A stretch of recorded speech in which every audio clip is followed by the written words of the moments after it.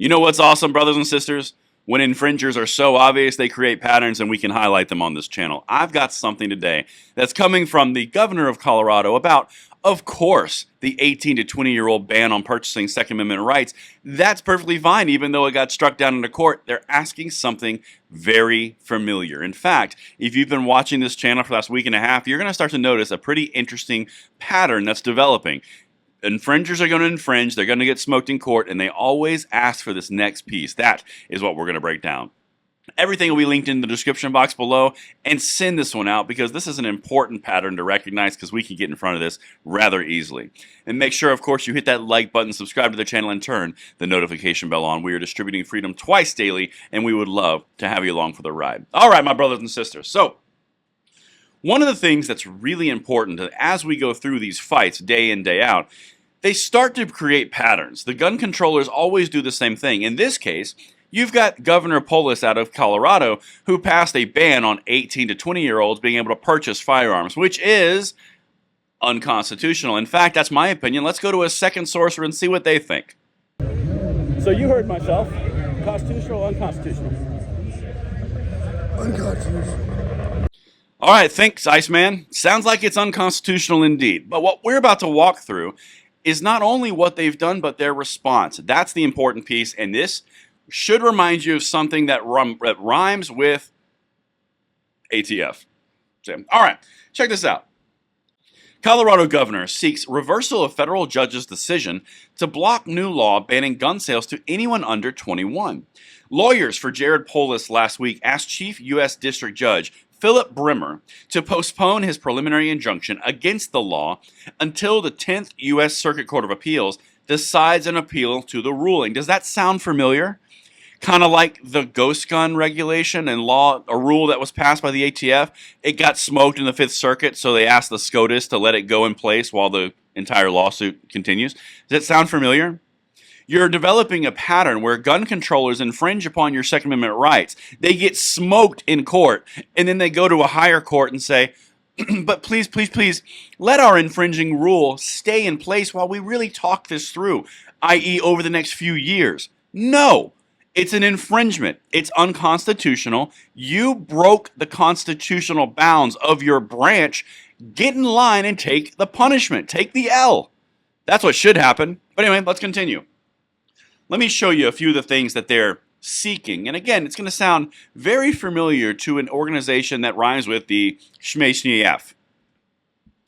Colorado Governor Jared Polis is seeking an expedited reversal of a federal judge ruling last week temporarily blocking enforcement of a new state law barring anyone younger than 21 from purchasing a firearm. Lawyers for Polis asked Chief U.S. District Judge Philip A. Brimmer for a stay or postpone his preliminary injunction against the law. Senate Bill 169 until the 10th U.S. Circuit Court of Appeals decides to appeal the ruling. So, what they just asked this judge was, I know you said it was unconstitutional potentially, and we've got an injunction against our law, but could you remove that injunction while we go further so we can have our cake and eat it too? These people, yeah. But let's continue, because there's so much here. Again, note all the consistent examples that are rhyming with the ATF's actions on the ghost gun rule, all right?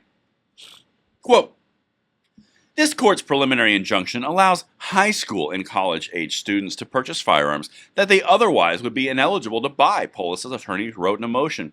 Skirt! So you could be 30 years old and be in college. You turn your life around, the whole U-turn from a bad decision train. Why are they going with the high school and college-age people? Almost because they can't say in the court filing that it's 18-year-old adults that they're infringing upon. No, it's college students. Perfectly fine. They're still students.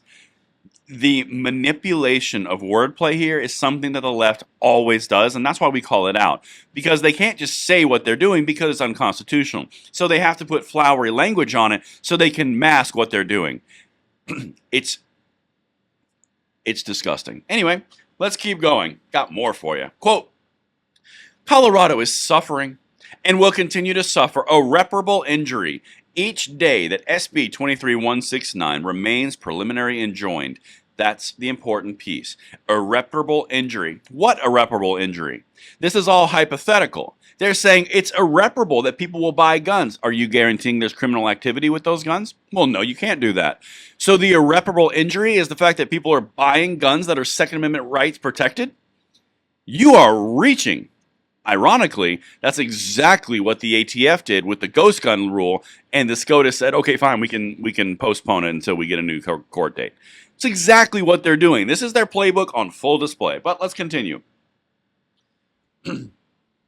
Brimmer's preliminary injunction temporarily halting enforcement of the bill came in response to a lawsuit challenging Senate Bill 169 filed by Rocky Mountain gun owners, a hardline gun rights group based in Colorado. I mean, for some reason, I don't feel like they would reject that description. Anyway, the bill was passed by Democrats in the legislature this year and signed into law in April by Polis. It was supposed to go into effect last week.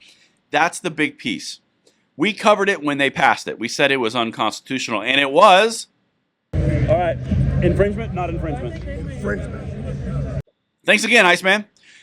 So now we've got infringements that are unconstitutional, and you've got the people who wrote the laws that were unconstitutional asking to keep their unconstitutional law in place while it further litigates unconstitutionality. You can't make this up. This is the mind of the leftist gun controller. Anything to keep it in place. That's all we can do. Any way to infringe, we're going to try. And that's what I've got for you guys. Let me know what you think in the comments down below, and I will see you on the next one. I'm Braden. See you later.